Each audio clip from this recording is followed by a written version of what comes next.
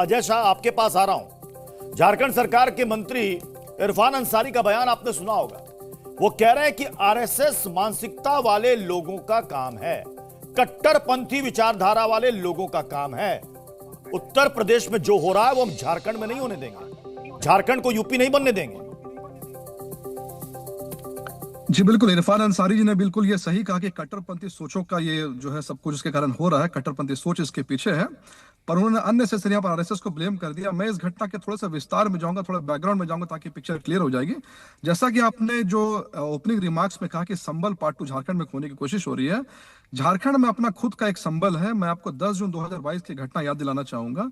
10 जून 2022 को रांची में, राजधानी रांची के अंदर में जो मुस्लिम समुदाय है, उन्होंने कुछ परमिशन मांगी। नुपुर शर्मा के बयान के खिलाफ में प्रोटेस्ट था और अचानक से हजारों की भीड़ रांची में इकट्ठा हो जाती है, पथराव होते हैं, गोलियां चलती है, लोग मरते हैं, हिंदुओं के जो मंदिर है उन पर आक्रमण होता है।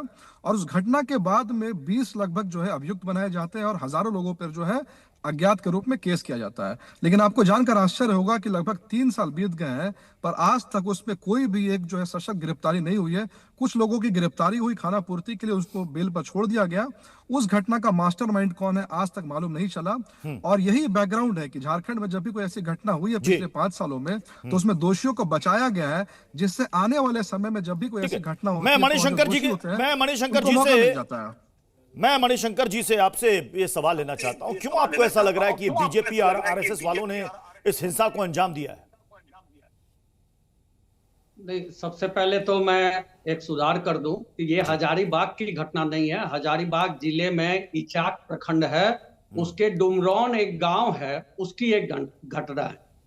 दूसरी बात यह है कि हिंदू, मुस्लिम और जितने भी कौम हैं झारखंड में बड़े सौहार्दपूर्ण वातावरण में रह रहे हैं।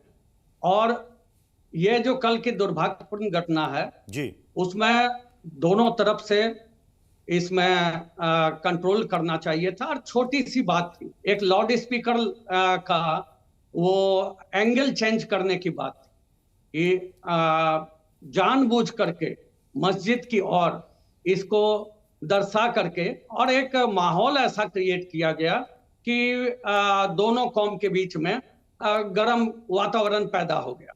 आप देख रहे हैं कि झारखंड में बीजेपी को अब थोड़ा करने को कुछ है नहीं। जो पिछला चुनाव हुआ है उसमें 24 से 21 पर आ गए।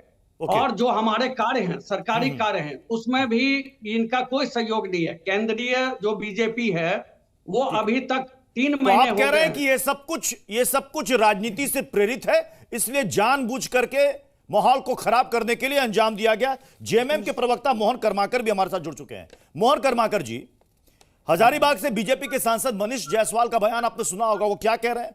उपद्रवियों का मन बढ़ा हुआ है क्योंकि उन्हें सरकार का संरक्षण प्राप्त है।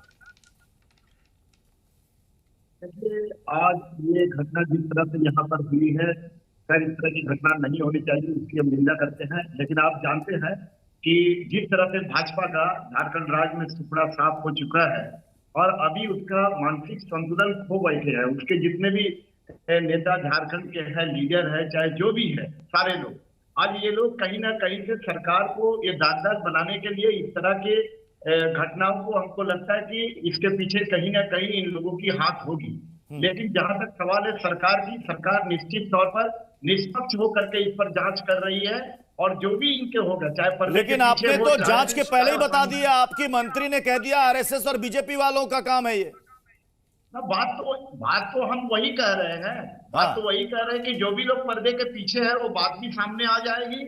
और चाहे सामने से लोग कर रहे हैं, चाहे पर्दे के पीछे से कर रहे हैं, हरिशंकरानंदपुरी जी, कार्रवाई होगी। माहौल को बिगाड़ने की कौन कोशिश कर रहा है? ये माहौल को बिगाड़ने की जो कोशिश का जो एक सिस्टम बन गया है ना इनका, संभल में देखा गया, आज से कुछ वर्ष पहले देखा गया रांची में, और आज भी देखा गया। ये कहते कुछ है और दिखाते कुछ है, करने वाले यही खुद लोग हैं। और वहां पे सबसे बड़ी बात यह है कि इतनी हिंसा होने के बाद भी इस सरकार ने पिछले दंगे के ऊपर आज तक कोई एक्शन लिया ही नहीं और केवल लीपापोती करके छोड़ दिया। और आज भी ये क्या कर रहे हैं, आज भी हर चीज, जरा आप लाउड स्पीकर की पहले सर थोड़ी जरा उसकी पोजीशन देख ले, केवल झंडे के ऊपर ये विरोध हुआ था और उसमें लाउड स्पीकर साथ में शामिल कर दिया गया। ये कहा कि इनकी समझ है। मैं तो ये कहता हूं, या तो ये आंख में कोई चश्मा लगाए बैठे या मुमताज आलम, ये क्यों कहा जा रहा है कि झारखंड में भी संभल पार्ट 2 दोहराने की कोशिश थी। बिल्कुल ये सही कहा जा रहा है। हाँ। लेकिन ये मानते हैं सही कहा जा रहा है। यूपी में, एक मिनट, यूपी बिल्कुल सही कह रहे हैं। यूपी जिनके में पुराना ये गलत हरकतें कर रहे तरीके हैं। से चीजों को लाया गया। ना यूपी अब को मत समझ में शामिल कीजिए आएगा आप। ना ये गलत कह रहे हैं घी आप के ये। धोखे कपास खा गए। अरे ये इनको बहुत लगा ज्यादा- दंगाइयों को कि ये भी यूपी है। नहीं, वो वहां पे लेकिन कौन कर वहां लेगा संभल में? झारखंड में प्रतियोगी भाजपा संभल की में सरकार कौन नहीं पकड़ा है। गया?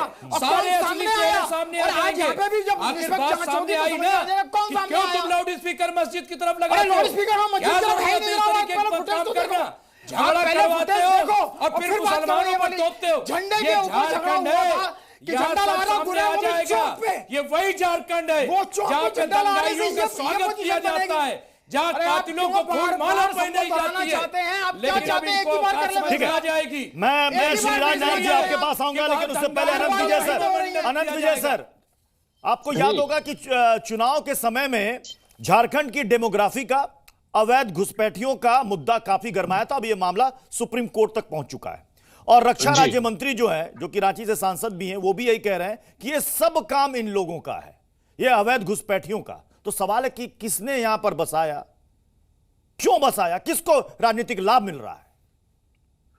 देखिए, राजनीतिक लाभ तो जाहिर सी बात है कि अभी वहां कोई चुनाव है नहीं जी ना।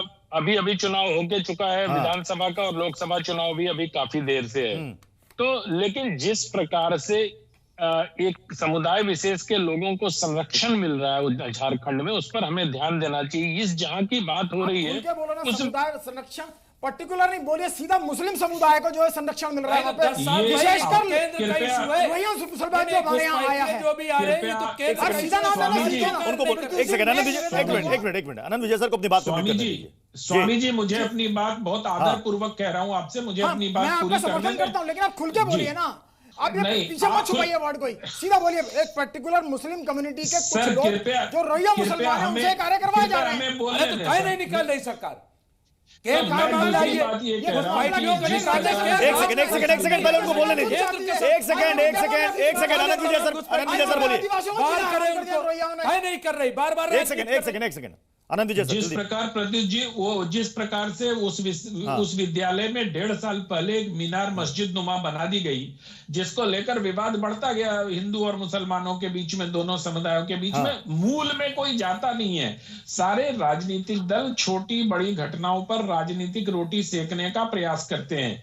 अभी कोई कह रहे थे कि आरएसएस का इसमें हाथ है, तो भैया अगर आरएसएस का हाथ है और आपको मालूम है, वो जेएमएम के प्रवक्ता कह रहे थे कर्माकर जी कि अगर आरएसएस का हाथ है तो सरकार आपकी है, पुलिस आपकी है, बंद करो ना आरएसएस वालों को। बंद क्यों नहीं करते आप? एफआईआर दर्ज करो। तो नहीं ये वैलिड पॉइंट है, ये वैलिड पॉइंट है कर्माकर जी। टेलीविजन भाई पर सरकार आके- आपकी है, लॉ एंड ऑर्डर आपके हाथ में है। उन्हें पता आपको कि अगर ये लोग लगता शामिल है ही है, नहीं। आपको लगता है, पकड़िए, आक्षेप लगा पकड़िए, रहे हैं। जेल में डालिए। सीन